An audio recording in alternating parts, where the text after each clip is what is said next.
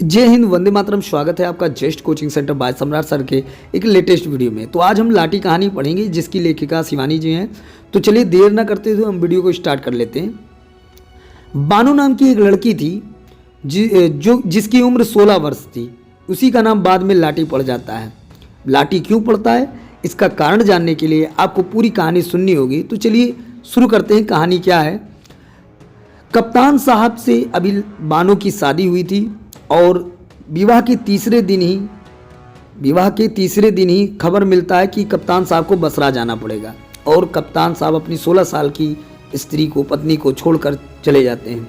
और घर वाले उसे ताने सुनाते हैं, यहाँ तक कि सास ननद के ताने सुन सुनकर वो पक जाती है और 5-5 किलो ले जाके पीस कर दाल बरिया बनाती है। और तभी सास आकर बताती है कि तुम्हारे पति को जापानियों ने कैद कर लिया है, अब वह वापस नहीं आएगा।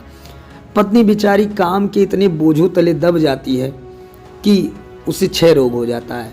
कुछ समय बाद यानी 2 साल के बाद उसका पति कप्तान जब लौट कर आता है तो पता चलता है कि उसकी पत्नी को सेनेटोरियम हॉस्पिटल में भर्ती कराया गया है। वो अपनी पत्नी से जाकर मिलता है। पत्नी की आंखों से आंसू की धारा गिरने लगती है। तभी डॉक्टर आके बताता है कि आपकी पत्नी की मृत्यु होने वाली है, क्योंकि अब इसका बचना मुश्किल है।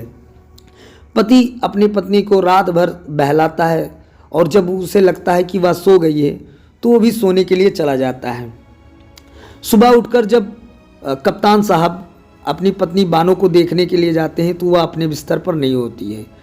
उसके पश्चात वो नदी पर जाकर देखते हैं तो उसकी साड़ी उन्हें मिलती है। तो वे सोचते हैं कि लगता है नदी में कूद कर मर गई होगी, डूब गई होगी। घर वालों के बहुत ज़बरदस्ती करने पर कप्तान साहब सोचते हैं कि शादी तो मैं करना नहीं चाहता हूँ, लेकिन अब शादी करनी ही पड़ेगी। तो वो दोबारा शादी कर लेते हैं। एक दिन कप्तान साहब और उनकी पत्नी दोनों लोग नैनीताल घूमने जाते हैं। वहाँ पर उनकी मुलाकात एक लड़की से होती है। कप्तान साहब तुरंत पहचान लेते हैं कि ये मेरी पत्नी बानो ही है, लेकिन बानो उसे नहीं पहचान पाती है। बाद में जब महाराज जी से बातचीत होती है तो पता चलता है कि बानो जो है अपनी सारी याददाश्त खो चुकी है, अपनी पुरानी ज़िंदगी को भूल चुकी है और अब ये जैसी भी जी रही है बहुत अच्छी जी रही है। तो कहानी पर यहीं ख़त्म होती है। अगर कहानी आपको कैसी लगी, वीडियो को लाइक करना, कमेंट करना, शेयर करना ना भूलिएगा।